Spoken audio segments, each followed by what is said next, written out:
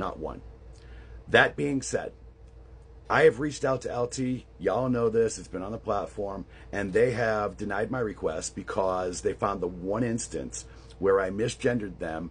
And it was a woe is me. I'm going to play the victim. And all of a sudden now, it's not a safe space because I've always given everybody a safe space on my platform. But that being said, they clearly don't have what it takes to be an advocate or to do interviews. And very clearly they're scared because if they weren't, they'd reach right out. Saying, oh, you misgendered me is not an excuse. That's I'm scared to come see you because I'm afraid you might not give me a safe space. So therefore, they don't have what it takes to be an advocate at all. They can't even advocate for themselves, let alone for the LGBTQ and to create, rifts and whatever. And the fact of the matter is they're making our community look like total shit.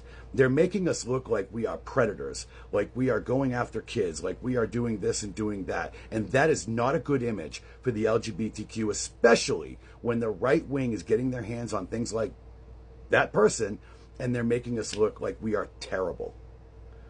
So I asked LT, do you have what it takes? I guess they don't.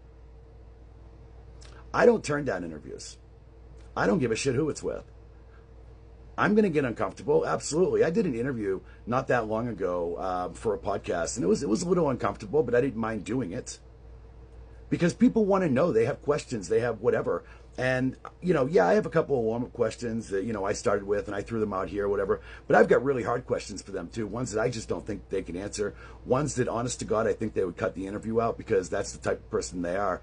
But then again, they can't even show up for a fucking interview, let alone do one. So I am the only creator on this app that has actually reached out with an olive branch and given them some sort of grace, some sort of, hey, maybe you're misunderstood, maybe you're not. But no, I don't think maybe you are. Maybe you're not misunderstood. Maybe you're exactly who you want to be. Maybe what you're doing on purpose for the views. And she seemed to think that somehow or another I was doing this for views. But here's the thing. I'm not part of the Creator Club. I don't get paid for views. So whether you look at this video once or 10 million times, it makes no difference. I make $0 off of it. Zero. She talked about, coming to my Twitch platform too, this, that, and whatever. But I don't get paid on Twitch either unless people subscribe, unless they contribute. I don't get paid for viewers there. I can have 10 million viewers on fucking Twitch. If none of them subscribe, I get $0. So, it's kind of funny how they seem to think that I'm doing this for views and money, this, that, whatever. I couldn't care less about the views because I'm not making any money off of them. Not like they are. They make money off the rage bait. They make money off of this and whatever. And they seem to obviously not give a shit about the rest of their community. Because if they did,